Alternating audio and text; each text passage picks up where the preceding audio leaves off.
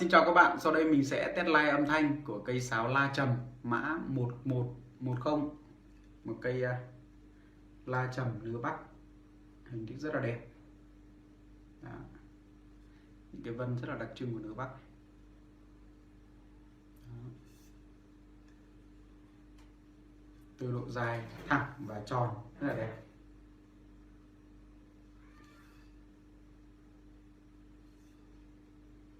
Mình sẽ test âm thanh.